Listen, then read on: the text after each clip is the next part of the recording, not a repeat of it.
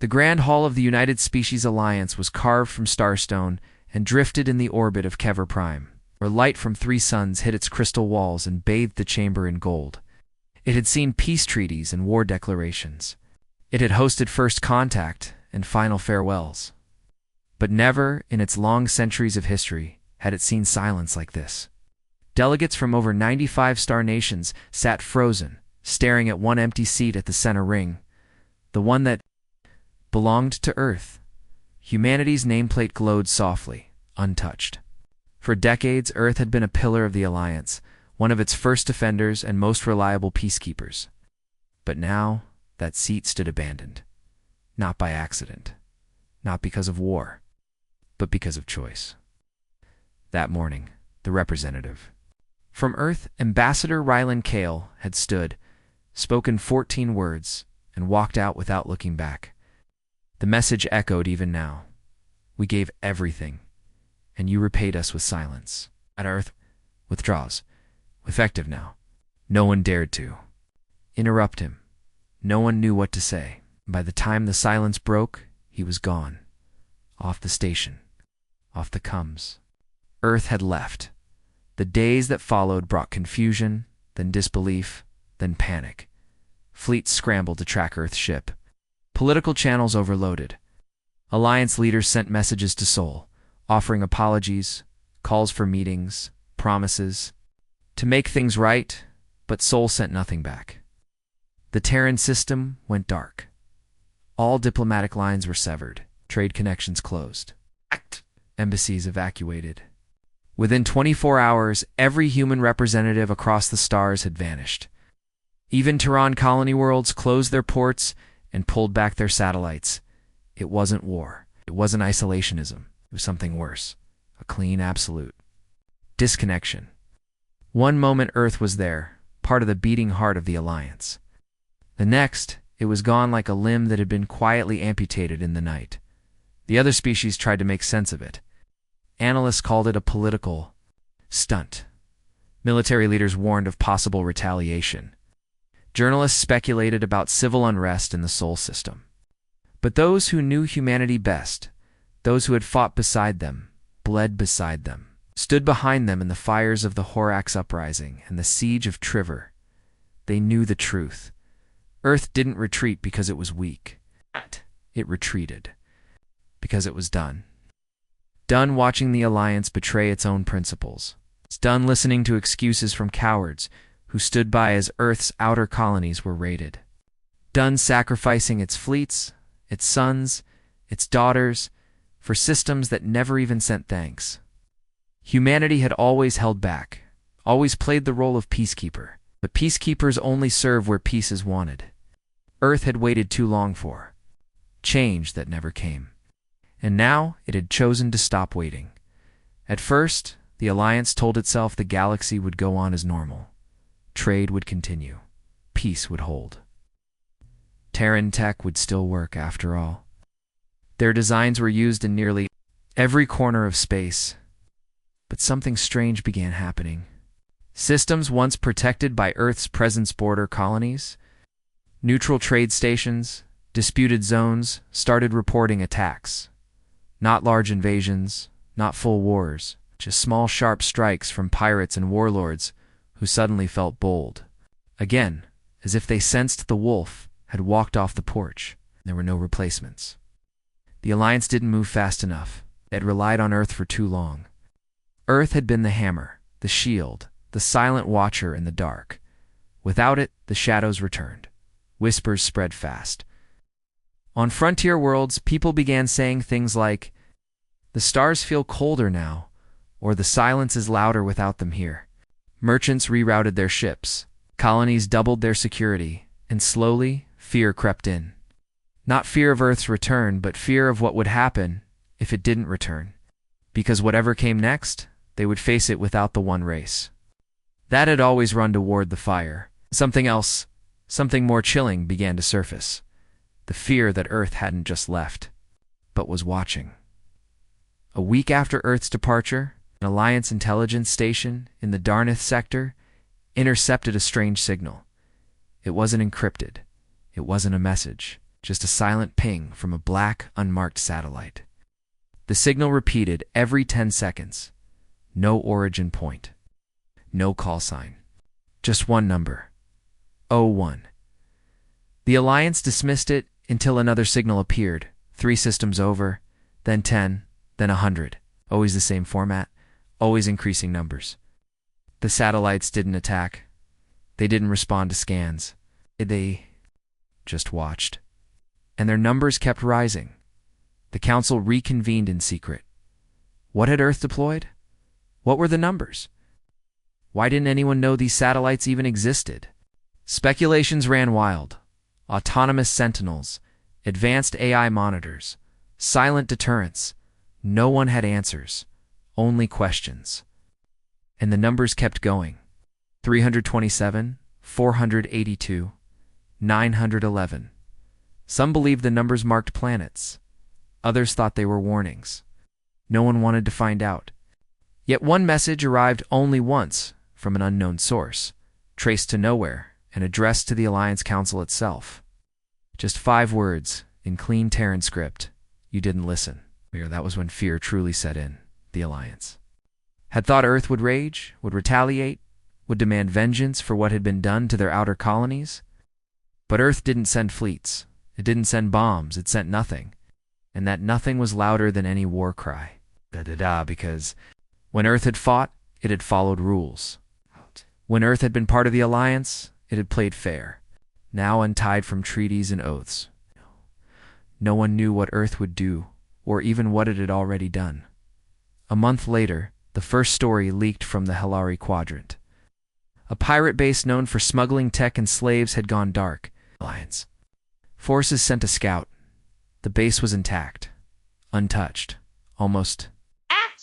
But every console was dead. Every weapon melted. Every slaver unconscious. A black Terran flag was found folded neatly on the command chair. No DNA, no entry logs. Just the flag and a message on the wall. For the children of Arcosna, no one outside Earth had even known that colony existed, let alone that it had been destroyed. Until now, the message was clear. Earth hadn't walked away in anger. It had walked away in judgment, and now the galaxy was about to learn the difference. They didn't appear all at once. They arrived slowly, quietly, like whispers in a storm. One day a ship would detect a strange signal. The next day a planet's long-range sensors would find a shadow moving across the edge of its orbit. First, no one paid attention. Space was full of junk rogue probes, broken satellites, abandoned stations drifting like ghosts from older wars. But then the patterns started to emerge. The objects weren't random. They weren't drifting. They were watching, stationary, always pointed toward planets, bases or stations once touched by Earth. Not just their colonies, but places where Earth had once fought, or once saved, or once warned. The Alliance's science division tried to downplay it. Malfunctioning, pre-war monitoring platforms, they said.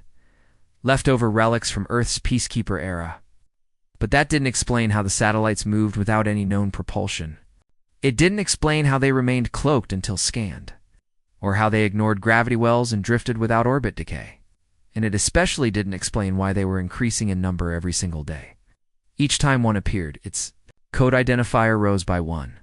The last confirmed sighting showed one marked TO1981. Found just outside a gas giant near the ruins of the Euron War, a ship tried to scan it.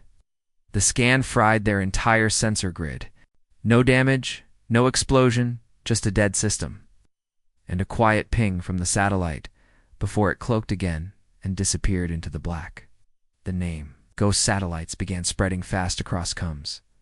It wasn't an official term, just something used in fear-filled whispers by traders and navigators who didn't want to end up as another silent data point. Merchants started changing routes to avoid areas with Terran ties. Research vessels refused to enter old human patrol sectors. Some mining corporations even shut down operations altogether. The fear wasn't about attack. It was worse than that. It was the feeling of being seen, measured by something that made no sound and left no trace, but knew exactly what you were doing. Then came the recordings. At first they were dismissed as fakes, blurry footage of satellites moving faster. Then orbital math aloud. Audio logs of signals so compressed they resembled ancient Terran music long, slow tones followed by single words. One signal repeated just 3 words across multiple systems. Still watching you. It was a warning. A declaration. But not from a fleet. Not from a voice. From machines. Silent, perfect, invisible machines that needed no army, no ambassador, and no permission. And still, Earth said nothing, in a desperate attempt to reclaim control of the narrative. The Alliance dispatched a Black Ops team to capture one of the satellites intact. They sent stealth-class interceptors equipped with EMP nets, ion cages, and null AI scramblers. The team never reported back. All ships vanished. 3 days later, a message arrived broadcast galaxy-wide in every known language, delivered. On an old Alliance frequency no one had used in 20 years, the screen turned black, and text appeared. You tried to take the eye. The eye now sees you. After that, 50 new satellites appeared overnight. The council met in secret again, this time with only 10 members. Half the seats were empty. Some species had already withdrawn from the Alliance completely. Others stayed quiet, watching carefully, afraid of choosing the wrong side. But no one knew what side Earth was even on. Was this war? Was this justice? Or something worse, a test? One representative, a reptilian elder from the Nulthar race, spoke with a trembling voice. He had fought beside humans during the siege of Discara.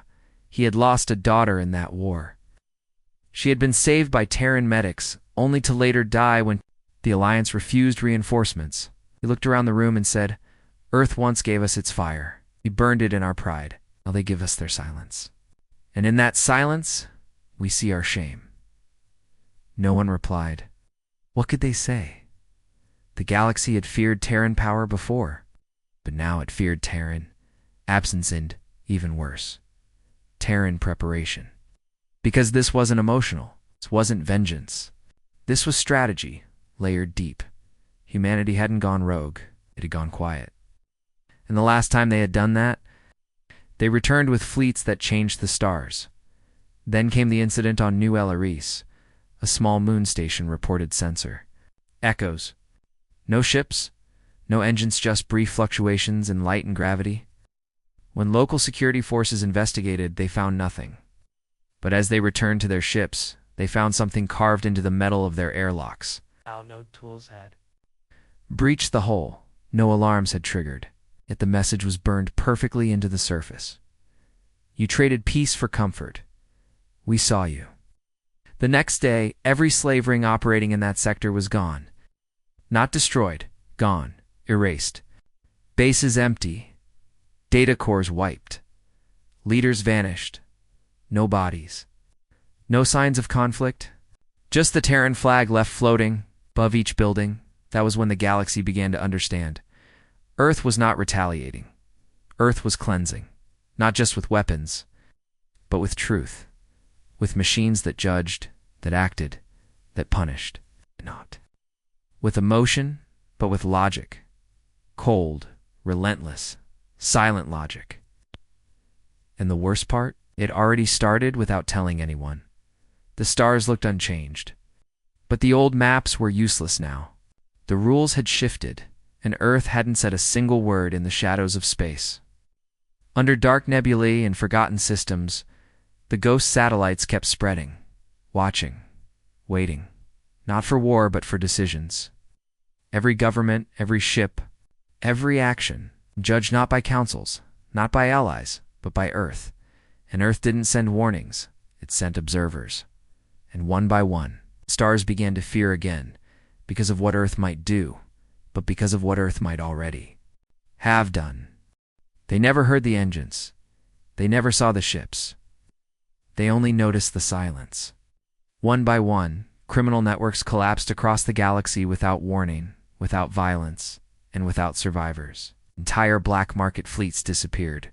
From asteroid belts, slave auctions on backwater moons went dark overnight. Factories producing illegal bioweapons were found cold and empty tools left mid-cut, computers melted from the inside, DNA samples missing, and every worker gone. There were no scorch marks, no blasts, no bullet holes, just stillness, and the feeling that something terrible had passed through. And always, without fail, someone would find the sign. Not a flag, not a corpse, but a sentence, burned or etched into metal, into floor panels, even into the walls of starships. Each message was different, but the voice behind them was always the same. Earth. They called it the silent cleansing because no alarms ever sounded. No distress signals were triggered. Victims didn't even have time to scream, and yet each site told a story. A mining colony on the fringe of the Zakari line, known for using child labor, was found fully intact, except all its executives had vanished. Their quarters were untouched, dinner still warm, wine glasses half full. Security bots were in standby mode, completely untouched. The only trace left behind was a small orb hovering silently in the center of the command room. When Alliance officers approached, it played a message. For the eyes that cried on your floors, we have seen. Then the orb blinked and vanished. Another report came from a mercenary world in the Thornreach. A former Earth ally turned private war zone. Known for training bounty hunters, the planet had a reputation for selling soldiers to the highest bidder sometimes, even to pirates who raided Earth's own colonies in the past. One morning, the central barracks failed to check in. Recon team was sent. They found a fully functional base, with no one inside, no blood, no damage. Every piece of armor, every weapon, every comms device was perfectly stacked in the armory. All personnel, nearly 1,300 mercs were gone, just gone. On the wall of the command center, 3 words were burned into the glass screen. Honor is choice. The Alliance was losing control, not through war, but through fear. The old powers couldn't explain what was happening. Their fleets were intact, their stations fully functional. But no one dared move.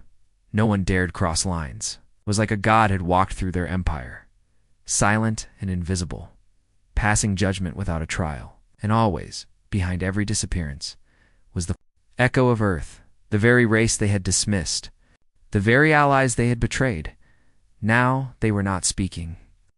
They were acting, not to destroy planets, not to win wars, but to cleanse the galaxy of the sickness that had infected it during Earth's absence. A pattern began to form.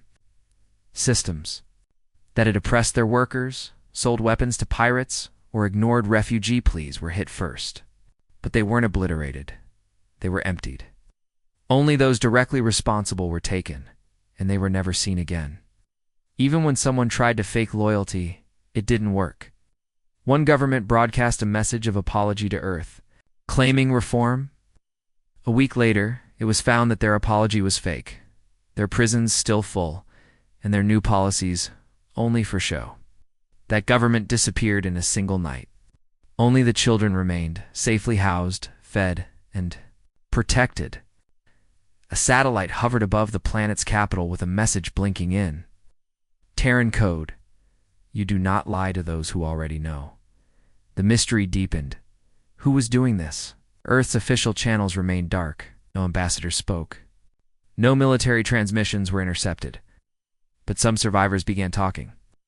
A few low-level tech smugglers who'd fled just before a cleansing event gave whispered interviews in exchange for asylum. They spoke of black ships with no lights, gliding silently through vacuum. Ships that didn't appear on sensors and didn't make sound even inside atmospheres. They described humanoid figures, tall and masked, moving without sound, carrying no visible weapons but with drones floating behind them like shadows. One smuggler said he saw a man look directly at him, and then all of his electronics stopped, working for days. Another claimed he heard a voice, not through his ears, but inside his mind. You had a chance. You chose profit over mercy. Even worse were the recordings that began leaking across the net. Short clips blurry, nightmarish, showing shadows moving through corridors, consoles shutting off one by one, security bots disabling themselves before a presence even entered the room. Ow. One video showed a pirate lord falling to his knees, screaming, as something invisible passed him by. When asked what he saw, he sobbed. They weren't soldiers. They were our reflection. And then he vanished from his cell the next day gone. From a locked room with no broken doors, the galaxy was trembling, but not from destruction, from exposure. Earth wasn't punishing the galaxy, it was revealing it, exposing every lie, every abuse, every deal made in the shadows. In doing so with perfect knowledge. Somehow, Earth had mapped everything. Everyone, every crime, every betrayal. And it was removing rot with surgical precision. Not to terrify, but to cleanse. The way a gardener removes weeds. The way a doctor cuts out disease without rage, without pity. Some began to question Earth's morality. Have they become machines? One ambassador asked. Have they lost their soul? But others knew better. Earth had tried diplomacy. It had tried warnings. It had even tried walking away. But the galaxy only understood strength, and now it was facing a version of strength that needed no wars, no speeches, and no approval. Earth had become something else. Not a nation, not an empire, but a force, and in the silence, more and more. Systems began to ask the same question. Who will be next? Because the stars had laughed when Earth left, but no one was laughing now. They called it the ghost banner. It didn't wave. It didn't glow. It didn't even move. But when people saw it folded neatly on a command chair, floating inside a sealed chamber, or resting on the steps of a shattered palace, stopped. Hearts. The Terran flag. Once a proud symbol raised in peace talks, in rescue missions, in united war fronts across the stars. Now it had returned like a shadow from the past, but no longer as a symbol of hope. Now it was a sign that judgment had come and passed.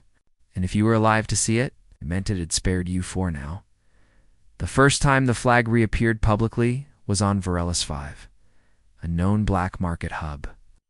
The planet had operated under a lion's blind eyes for decades. Officially, it didn't exist. Unofficially, it sold everything from cyber-enhanced mercs to live alien trafficking.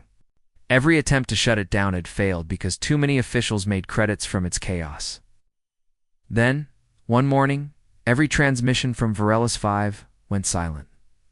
Patrols were sent. What they found stunned even the most hardened agents. The cities were untouched. Buildings stood. Power was active. But not a single sentient being remained on the surface. Not a whisper, not a body. Gone. Every database was wiped clean. Every ship disabled in place.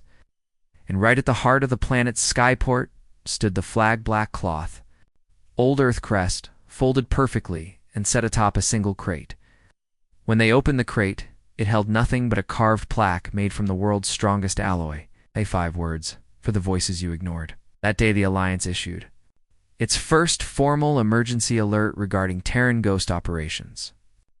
They didn't use the term publicly. They never said Earth or humanity in the alert, but everyone knew, because deep down they understood what the flag meant. Earth had not returned to conquer. It had returned to remember.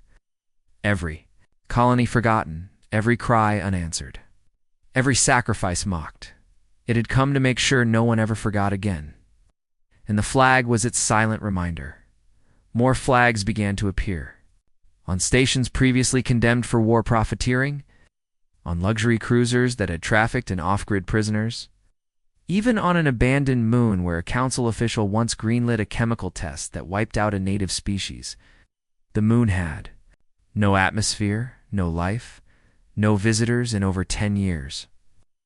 Yet there the flag stood, somehow anchored to a platform no one remembered building. No lights, no drones. Just the cloth and a message burned into the rock below. Time doesn't forgive. Neither do the stars.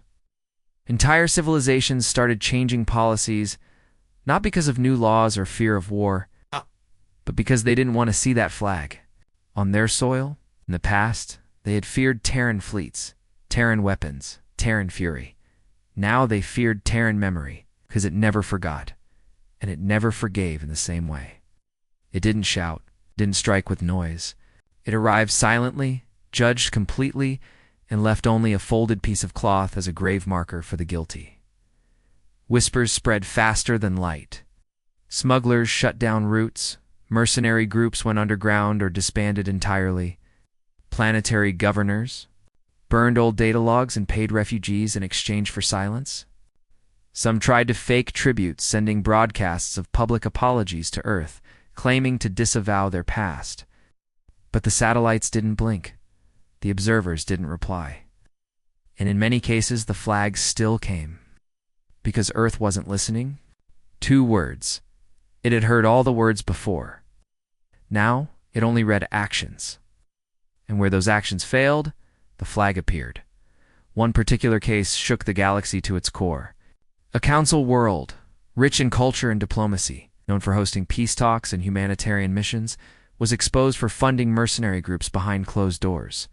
Not openly, not proudly, but quietly, through shell corporations and off-world contracts they never thought Earth would notice. But Earth had always been good with data, and when the evidence was found, the cleansing was fast, faster than usual. The planet's central power grid shut down for just 12 minutes. When power returned, the cities were still there, but their ruling council was gone. The palaces were empty, their ships grounded, and on the roof of their Hall of Peace stood the Terran flag. Caught in a wind that didn't exist, that's when even the high species began to break. Delegations started resigning, officials who once laughed at Earth's emotional weakness now begged for contact. They sent probes, messages, gifts, anything to open a channel. Anything to say we're sorry, but Earth never replied, not with words. It replied with removal. Soon, patterns became religion, flags became omens. In some outer colonies, civilians built statues holding the Terran flag above their cities, not to mock Earth, but to show loyalty, to show memory. We remember what you gave, some etched into the base. Please remember us kindly. Not everyone feared Earth's actions. Some had waited years for this. Systems that had cried for help while the Alliance ignored them, or races who had once stood with Earth during the worst wars, but were cast aside when politics shifted. They too raised the flag not in protest, but in hope. Hope that Earth saw them. Hope that Earth remembered them, and maybe Earth did. Some planets that raised the flag saw unexpected results. Crime dropped to 0. Pirate activity ceased. Unmanned probes began patrolling their skies, small, silent Terran-made sentries that responded to no call, but hovered quietly, like guardian angels with cold eyes. One system even reported a sudden tech upgrade overnight. Terran satellites appeared, beamed energy to failing infrastructure, restored failing crops, then disappeared. No message. No contact. Just quiet action. It was becoming clear Earth hadn't vanished. It hadn't run. It had simply changed its place in the galaxy. No longer a member, no longer a servant, but a watcher. A force of memory, judgment, and balance. And its symbol, the forgotten flag, was no longer just cloth. It was a mirror. One that showed each world what they had done, or failed to do. A symbol raised, not to say we are here, but to whisper, we never left. We just stopped listening. The chamber where the Alliance had once stood, united, now echoed like a tomb. The Grand Assembly Hall, once filled with arguments, diplomacy, laughter, and pride, had become cold and hollow. Half the seats were empty. The others were filled with silence. No one dared speak first. Not anymore, because everyone in that room had come to the same terrifying realization. The Alliance was no longer in control. It wasn't Earth's voice they feared, because Earth no longer spoke. It wasn't Earth's fleets they feared, because Earth no longer fought in their name. It was Earth's silence, and what that silence had built. The great galactic order, once proud, once untouchable, had been cracked wide open. Entire member species had withdrawn from the Alliance in fear or shame. Trade routes were broken. Peace accords were being rewritten or ignored. Systems that had once sworn loyalty to the Alliance now swore it to no one. And worst of all, the people, the common citizens across 1,000 worlds, no longer believed in the Alliance's promises, because they had seen what happened when Earth left. They had seen what came after, and it wasn't chaos, it was order. Not perfect, not diplomatic, not political, but quiet and decisive. Where the Alliance had delayed, Earth had acted. Where the Alliance had debated, Earth had removed corruption. Like a surgeon with steady hands, and where the Alliance had turned a blind eye, Earth had watched everything and never forgotten. Some council members tried to hold on to power by force. They sent fleets to rebellious colonies, arrested journalists, increased surveillance. But these efforts only made things worse, because every act of tyranny seemed to summon a consequence. Entire fleets went missing in hyperspace, not destroyed, just gone. No distress calls, no wreckage, just missing ships. And sometimes, the breaking point came when one of the oldest Alliance founders, the Kriari Dominion, declared that Earth's judgment methods were unjust and must be stopped. They called Earth's silence a threat to freedom. They called for unity, demanded action. And then they launched a mission, a massive fleet of 50 warships, drones, and support vessels to enter soul space directly. To make Earth explain itself, they said, to remind them of their duty. The mission never made it. The fleet crossed into the outer edges of Terran space, past the abandoned beacon of Pluto's listening station, and vanished. Every single ship, no explosions. No distress signals. No survivors. Days later, a probe was sent to find them. What it found was simple. 50 black Terran flags drifting in perfect orbit, each one facing inward toward Earth. That was the final crack. The Alliance shattered. Some races fled from the Council. Others turned on each other, blaming past crimes, old rivalries, and hidden secrets now uncovered by Earth's quiet cleansing. Civil wars erupted. Border zones collapsed. Refugees flooded spaceways. And through it all, Earth remained silent. Its systems still closed. Its colonies sealed tight. No human voice echoed in any chamber, and yet Earth's presence was felt everywhere. Even worse was the paranoia. No one knew how much Earth knew, how deep its satellites reached, how many. Systems had already been judged.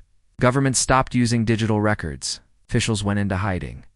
Everyone began looking over their shoulders, afraid not of a fleet above their heads, but of a Terran observer standing in the room without being seen. But not all feared. Some began rebuilding. Systems that had been ignored or oppressed by the war. Alliance found new hope. Old resistance groups laid down arms. Peace movements grew in strength. People who had once begged for Earth's attention now built monuments in quiet thanks. In one such system, the people renamed their capital city. To Saul's memory, another planet built a statue not of a soldier, not of a leader, but of a nameless human holding a child from another species. The plaque read, "For the ones who stayed when everyone else ran." Earth never responded, but the satellite that hovered above that world grew brighter, and so, two sides of the galaxy began to emerge. On one side, the remnant Alliance, fragmented and angry, searching for ways to bring back control. On the other side, the new quiet, a growing collection of free worlds that respected no flags, but raised Terran ones in memory, not submission. These weren't Earth's colonies. They weren't Terran-controlled. They were simply people who had decided Earth's example was better than the Alliance's orders. Rumors began spreading that Earth was building something in the dark systems beyond mapped space, that the ghost satellites were only the first layer, that a network vast and intelligent had been launched, one built on all of humanity's knowledge, patience, and pain. Some even said Earth had found a way to monitor intent, not just action, that the judgment wouldn't come from fleets or weapons anymore, but from a single decision made in secret by someone who thought no one would ever find out. And every time such a decision was made, a Terran signal arrived shortly after. You were seen. The galaxy had lost its balance. Not because Earth had attacked, but because Earth had removed itself. For so long, the Alliance had treated Earth as a Tula warrior to fight their battles, a diplomat to clean up their mess, a servant to fix their failures. But they had forgotten one thing. Earth remembered everything now. It no longer asked for justice. It delivered it, and no one knew what would come next, not even Earth. It began as a sound so faint that most scanners missed it. A repeating pulse. Not hostile, not encoded, not loud. Just a slow, steady hum, almost like a heartbeat. echoed out from the outer edge of the Sol system cold space, where no civilian ship had dared to enter in decades. The pulse was old, ancient by modern tech standards, but something about it cut deeper than any weapon. Something about it made every species that heard it stop, go quiet, and listen. The signal traveled beyond borders into abandoned colonies through unclaimed space. Pirate dens, council archives, corporate satellites, none were immune. Everyone received it, and none could block it. The Alliance thought it was a threat. Some thought it was a trap. But the ones who remembered Earth's old ways knew better. This wasn't a message to declare war. It was a reminder. Inside the pulse was a fragment of sound, human voices, laughter, children, a piece of a speech once given by a Terran leader centuries ago, before Earth ever joined the Alliance. It spoke of unity, of standing together, of protecting the weak not because of profit or power, but because it was right. Ow. We are the ones who stay, the voice said, when the others run. Not because we must, but because we choose to. And across the stars, those words echoed. People began calling it the echo of Sol, the soul of Earth, reaching out not with weapons, but with memory. For the first time in years, Sol System became a place of mystery again. Ships that entered rarely returned. Satellites went dark before reaching Saturn. But probes that survived returned with strange readings. Massive structures, buried in asteroid belts. Energy patterns unlike anything seen before. Clean, endless, precise. Some called it a machine god. Others believed it was an AI that controlled the entire system. But the ones who had truly listened to the echo of Sol knew the truth. Earth was preparing something, not a weapon. Not an empire, but a new way. A blueprint for a different kind of galaxy. Not ruled by politics or fear or greed, but by consequence. The system had become more than just the home of humanity. It had become a judge, watching not from anger, but from principle. You didn't get to ask for help. You had to deserve it. That was the new law, and yet Earth never spoke directly. Not once. The pulse kept repeating. Same words, same sound. But the galaxy was already changing. Entire fleets began disarming voluntarily. Rogue planets opened up their records, confessed past crimes, begged for truth rather than punishment. No orders, no threats, just fear of silence. Because now, the galaxy understood that silence didn't mean absence. Silence meant you were being watched. Some, of course, resisted. A powerful warlord from the fractured eastern reaches declared the echo of Sol nothing but Terran myth, a trick. He launched attacks on refugee colonies who had raised Terran flags. He broadcasted threats, laughing at Earth's quiet. That was his mistake. Within days, his fleet was found drifting completely intact but dead. All systems disabled. Every engine shut down. Crews unconscious, unharmed, but unable to wake for 7 days. No one ever saw the ship that did it. No one ever saw the strike. But just above the warlord's command ship, someone found a small satellite. Screen played one sentence on loop. You screamed too loud to hear us coming. That's when the final shift began. Not in Earth. In everyone else, people started teaching Terran history again. Not from fear, but from admiration. Teachers read stories of the old Terran peacekeepers. Children in outer systems painted human flags next to their own. Merchants, once afraid to mention Earth, began building shrines of light in deep space, hoping to attract one of the silent watchers just to be seen. The stars that had once celebrated Earth's departure now longed for its return, but Earth wasn't coming back, because Earth was never gone. It had simply stepped into the shadows and, in doing so, made its values echo louder than any council chamber, any vote, any army. One transmission, however, finally broke the silence. Not from Earth, but from a child, Young girl from a backwater colony Earth had once saved and later forgotten. Activated an old Terran distress beacon by accident. She thought it was a toy. Her small voice echoed across 1,000 systems. My mama said Earth used to care. Is that true? Can you hear me? I'm not scared. I want to know if someone's still out there who listens. There was no answered, not right away, But 3 days later, the girls' village woke to find their sky glowing with blue light. Gentle, unmanned drones silently building new solar panels, purifying the air, repairing their failing gravity station. They never saw who sent them. They didn't need to. On the final day, one of the drones hovered above the girl's home, blinked a soft white light, played her own message back to her, then projected a simple line of text across the sky. "We always listen." The message was short, quiet, but to the galaxy, it was a roar.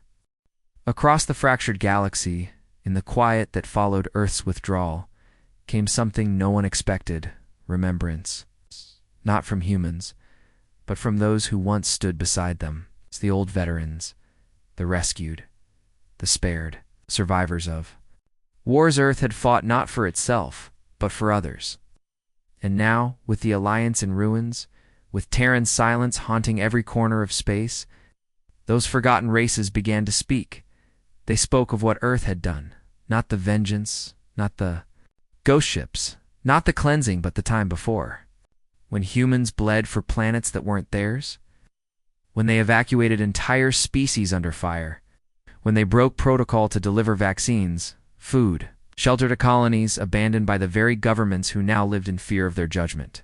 The Volari, once nearly wiped out by a bioweapon created by their own enemies, told the story of how a single human cargo ship refused to leave orbit as the virus spread. The crew stayed, knowing they'd die. They worked night and day, delivering food and meds until the last minute.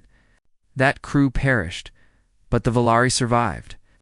Their current ruler, born from that survival, declared a planetary holiday, Day of the Flame, that stayed named after the Earth ship's registry, Flame of Hope. The Scorath remembered the war where they were trapped behind enemy lines, left for dead. No Alliance fleet came, but Earth's small scout unit did. With only 3 ships, they broke the blockade, evacuated 4,000 civilians, and held the line for 17 hours. Not because they were ordered, but because it was right. Of the Terrans, only 12 survived. The Scorath never forgot. And now, decades later, they raised statues of those humans in their capital, Plaza not in armor, not holding weapons, but carrying Scorath children in their arms. One by one, these stories surfaced, not as defense, but as confession. The stars had turned their backs on the very people who had once stood when others ran.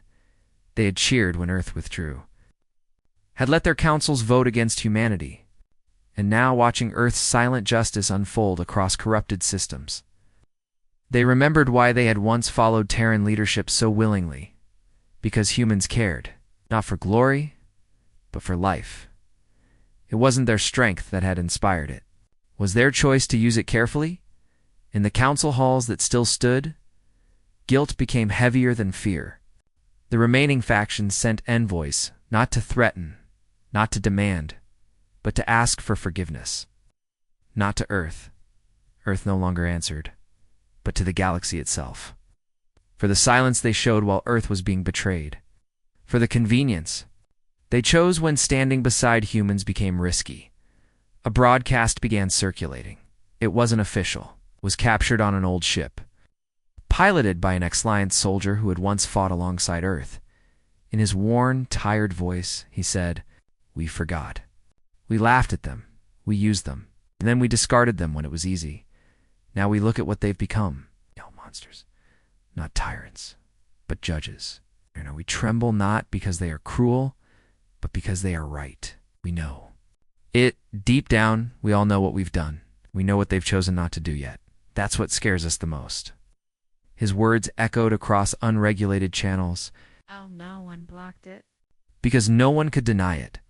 Some planets tried to repay the debt. The Krell, masters of mining, sent precious ore-laden satellites towards Sol, marked only with one phrase, "For what you once gave freely." The Varn, once rescued by Earth from a plague-beamed coordinates of pirate stations they had secretly funded years ago. "Take them," they said. "We should have burned them ourselves." Even the Sarin, once cold enemies of humanity, released Terran Pose, long thought dead, kept hidden since the old wars. "We owe you that much," their ruler whispered, and more. But still, Earth said nothing. Still, it remained a shadow, watching, recording, never replying. And so, those who remembered chose another way. They began building, not ships. Not armies. Memorials, but not of Terran destruction, Terran sacrifice. Throughout the galaxy, monuments appeared overnight, massive crystals etched with names of Earth soldiers, engineers, medics who had died on alien soil, saving lives not their own. Temples rang bells in Terran frequency. Stations renamed themselves after lost Earth colonies. Some built giant Terran flags not in fear, but to say you mattered. We remember. One world of former war zone converted its capital dome into a replica of Earth's ancient forests. Inside, instead of statues, were holograms, recordings of humans laughing, working, helping, dying in service. The dome's name. The price of peace. And on the far edge of space, on a moon with no name, a child from a forgotten race planted a Terran seed. Smuggled generations ago and whispered, "Thank you for not leaving us, even when everyone else did." That small act, recorded by a passing drone, became the most watched video in galactic history. Because it said what everyone else was too. Afraid to admit they missed Earth. Not the power, not the fleets, the heart. The fire that stayed when the wind rose. The hand that reached out in the dark. The voice that asked, "Are you okay?" when no one else bothered to ask. Now the stars remembered, but the question no one could answer was it too late? Because Earth had changed, and the silence had gone on for too long. No one knew exactly when it started, but they felt it. Not a tremor, not a shockwave, just a presence. The kind of quiet that hums just before lightning strikes. Across dozens of sectors, old Terran satellites blinked online, silent watchers that hadn't moved in years began to rotate slowly, syncing with one another. Spaceports picked up gravitational shifts in systems long abandoned. Deep scan arrays failed to lock onto any signal because the signal wasn't being sent. It was coming, and then it happened. Not with explosions. Not with fleets, with light. A ripple of golden fire lit the darkness between stars. Not natural flame, but a burst of ancient Terran design-controlled plasma forming a trail across space. Curved and slow like the stroke of a painter's brush. It curved through empty systems, passed over silent colonies, and swept across. The shattered remains of Alliance strongholds. And at every stop, it left something behind. A seed in the middle of a war-torn world. A single capsule embedded itself into the dirt and grew a tree in Second's Earth Oak. On a dying moon, another pod unfolded and repaired an atmosphere station, thought beyond hope.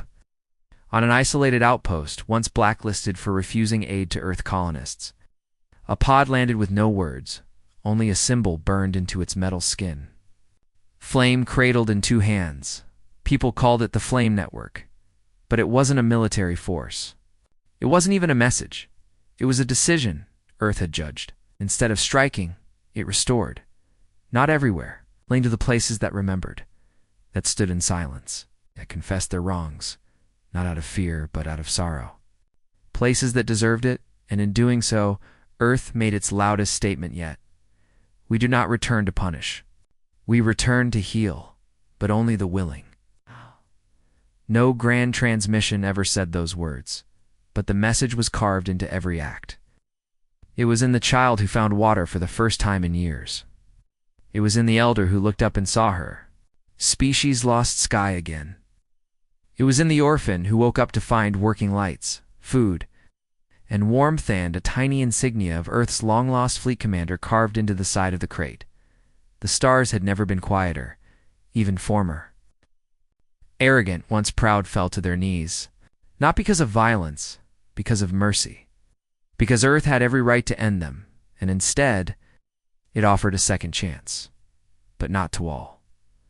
Some planets, those who had mocked Earth's sacrifice, who profited from betrayal, found the light. Never came. Their skies stayed dark, Their people whispered, watched, waited. Nothing arrived. And then one day, a single line of text appeared across their planetary data systems. You are remembered, just not forgiven. They tried to hide it, deny it, but everyone saw. The judgment had been made. Still, the stars turned. More worlds began preparing for the return, not with weapons, but with hope. They built beacons of peace, not power. They opened their records. They disarmed warships. They taught their children Terran values not out of worship, but because they finally understood what Earth had meant. It had never been about domination. It had always been about duty. And then finally, Earth spoke one broadcast, one voice, human, tired, steady, and unmistakably old. It wasn't a leader. It wasn't a soldier. It was a scientist. A woman once part of Earth's old aid program, presumed dead after a disaster. Her voice came soft through the speakers. We were never perfect, broke like everyone else. But when the galaxy burned, we stayed. When we were left behind, we remembered. We built something better, not to punish you, to protect you from yourselves. Now we ask only one thing: do better, or be forgotten. There was no threat, no demand, just truth. The next day, a ship emerged from the Sol system. It wasn't large. It wasn't armed. It was the flame of hope. A single vessel painted white, unmarked except for Earth's old crest and a glowing ring of blue along its hull. It landed on neutral ground, a shattered council station, long abandoned. It opened its bay doors, and people came.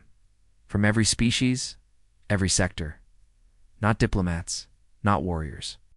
Just ordinary people. They stepped inside, and Earth welcomed them. No tests, no ceremonies, just service. Help rebuild, feed the poor, restore peace. That was the only price, and with that one ship, the stars began to mend, not because Earth returned, because Earth let them return to themselves and the galaxy. For the first time in generations, didn't fear Earth.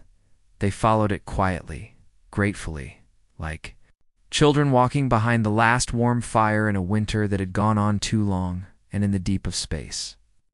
The flag that once haunted war zones waved again, not on a battlefield but above a garden, on a world rebuilt from ash.